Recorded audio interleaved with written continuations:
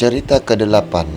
Wanita rajin ibadah tapi dahulu di kalangan Bani Israel ada seorang pemuda yang mengalami sakit yang sangat parah. Maka ibunya bernazar, jika Allah menyembuhkan anaknya, dia akan keluar dari dunia selama 7 hari. Beberapa waktu berselang dan dengan izin Allah, sang pemuda pun sembuh. Akan tetapi sang ibu tidak menunaikan nazar yang telah diucapkannya, sehingga pada suatu malam ketika dia sedang tidur, datanglah seseorang dalam mimpinya berkata, "Laksanakanlah nazarmu supaya Allah tidak menurunkan bencana yang besar atasmu." Pagi harinya segera dia memanggil anaknya dan menceritakan semua yang dialaminya. Lalu dia memerintahkan anaknya untuk menggali sebuah liang kubur di tanah perkuburan umum dan nantinya menguburkan dirinya hidup-hidup. Sang anak menyanggupinya dan menyiapkan segala sesuatunya. Setelah selesai, sang ibu pun dimasukkan ke dalam kubur layaknya orang mati. Ketika itu dia berdoa, "Tuhanku, junjunganku dan pelindungku, sungguh aku telah bersungguh-sungguh melaksanakan kewajiban dan nazarku, maka lindungilah aku dalam kubur ini dari segala mara bahaya." Lantas anaknya menutupi kembali liang kubur itu dengan tanah dan berlalu meninggalkan ibunya sendirian. Dalam kubur, dari sebelah kepalanya dia melihat ada cahaya yang memancarkan dari lubang yang menganga. Lalu dia melihat ke arah cahaya tersebut. Didapatinya sebuah kebun dengan 2 orang wanita yang sedang memanggilnya. "Hai wanita, keluarlah kemari bersama kami." Maka lubang pun membesar dan ibu itu masuk ke dalam kebun mendekati kedua wanita itu. Di dalam kebun tersebut terdapat kolam air yang sangat bersih. Di sanalah kedua wanita duduk menunggu. Ketika telah mendekat, sang ibu memberi salam, namun keduanya tidak menjawab. Merasa aneh, sang ibu bertanya, "Apa yang mencegahmu untuk menjawab salamku? Dan aku lihat Anda berdua sangat jarang berbicara." Lalu keduanya menjawab, "Sesungguhnya salam itu perbuatan taat, dan di sini sudah tidak ada lagi kesempatan untuk itu."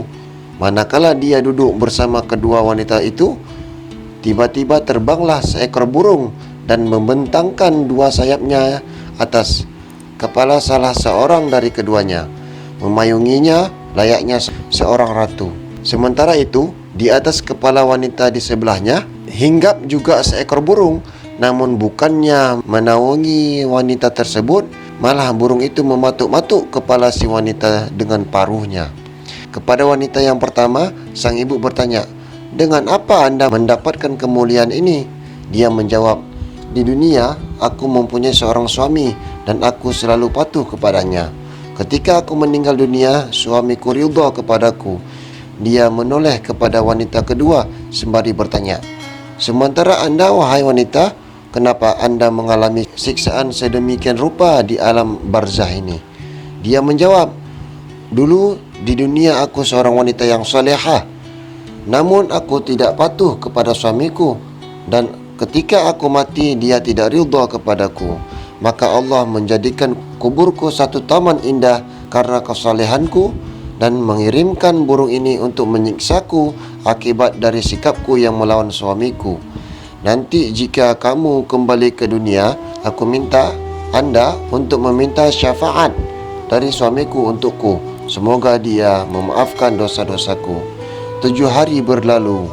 Kedua wanita-wanita tersebut berkata kepada sang ibu, "Bangkitlah dan kembalilah ke dalam kuburmu, karena anakmu akan menggali kembali kuburan untuk mengeluarkanmu." Anaknya pun datang mengeluarkan ibunya dari kubur dan membawanya pulang. Tersiarlah kabar bahwa si ibu telah menyelesaikan nazarnya. Datanglah orang-orang berduyun-duyun menziarahinya, dan di antara yang datang terdapatlah suami wanita yang selalu dipatuk burung kepalanya dalam kubur.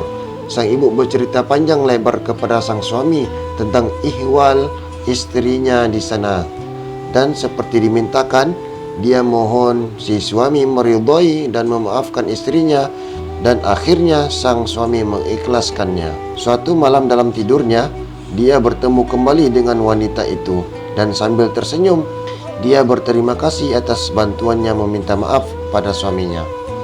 Dia berkata, "Semoga Allah membalas kebajikan untukmu dan mengampunimu." Sekarang dia pun terbebas dari azab yang pedih.